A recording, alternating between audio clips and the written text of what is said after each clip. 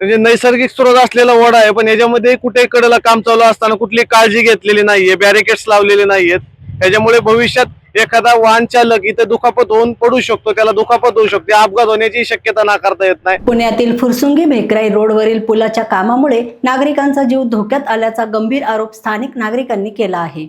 उरळी देवाची फुरसुंगी नगर परिषद हद्दीतील ओढ्यावर पुलाचे काम सुरू असेल तरी कामाचा वेग अत्यंत मंद असल्याने परिसरात मोठी वाहतूक कोंडी होत आहे. प्रतिनिधी अक्षय दोमाले यांचा विशेष रिपोर्ट. नागरिकांच्या म्हणण्यानुसार या ठिकाणी सुरक्षेच्या दृष्टीने आवश्यक असलेले बॅरिकेड्स, इशारा फलक आणि इतर सुरक्षा व्यवस्था दिसून येत नाही. विशेषतः पावसाळ्यात रस्ता लगतचा नाला आणि सुरू असलेले बांधकाम यामुळे अपघाताचा धोका वाढल्याची भीती व्यक्त केली जात आहे.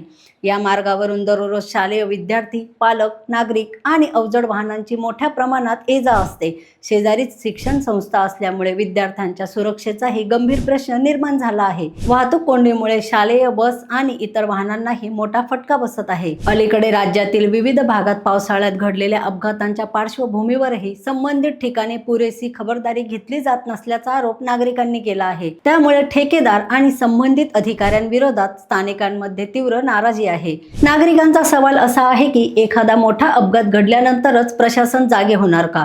पुलाचे काम लवकरच पूर्ण करून सुरक्षित वाहतुकीची व्यवस्था करण्यात यावी. तसेच सुरक्षा नियमांचे उल्लंघन झाल्यास संबंधित ठेकेदार आणि अधिकाऱ्यांवर कारवाई करण्यात यावी अशी मागणी स्थानिकांनी केली आहे. या प्रकरणावर प्रशासन काय भूमिका घेते आणि नागरिकांना सुरक्षित व वाहतूक कोंडीमुक्त प्रवास कधी मिळणार याकडे सर्वांचे लक्ष लागले आहे. आता आपण फुरसुंगी बेकराई या रोडला आहे. या ठिकाणी आपण जर पाहिलं तर हा मोठा वर्दळीचा रोड दिसतो.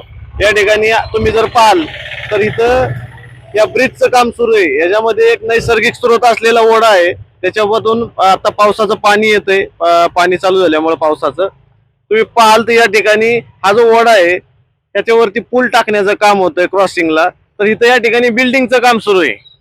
तर हा जर ओढा जर तुम्ही बारीक बघितला तर या ठिकाणी हा पूल इथं आहे. हा जर सरळ बघितला तर हा ओढ्याला मॅच होणार आहे का?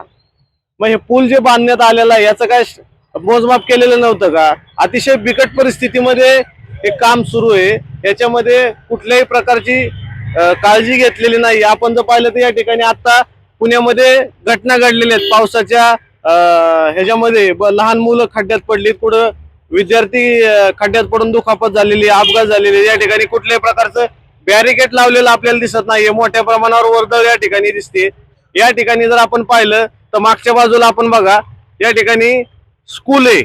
या ठिकाणी स्कूल आहे, विद्यार्थ्यांचाही मोठ्या प्रमाणावर वावर आहे. या ठिकाणी इथे एक नैसर्गिक स्रोत आहे. हा ओढा बघा, या ओढ्यामध्ये म्हणजे नैसर्गिक स्रोत असलेला ओढा आहे, पण याच्यामध्ये कुठे कडेला काम चालू असताना कुठली काळजी घेतलेली नाहीये, बॅरिकेड्स लावलेले नाहीयेत. त्याच्यामुळे भविष्यात एखादा वाहन चालक इथे दुखापत होऊन पडू शकतो, त्याला दुखापत होऊ शकते, अपघात होण्याची शक्यता नाकारता येत नाही. म्हणजे एवढा निष्काळजीपणा हा कुठेतरी ठेकेदारांकडून केला जातो. याला नेमकं अधिकाऱ्यांचं कुठेतरी पाठबळ मिळतंय, अभय मिळतंय का नागरिकांचा यावर तीव्र संताप व्यक्त केला जातोय? अधिक माहितीसाठी पाहत राहा रोकटोक महाराष्ट्र. अक्षय दोमाले, पुणे.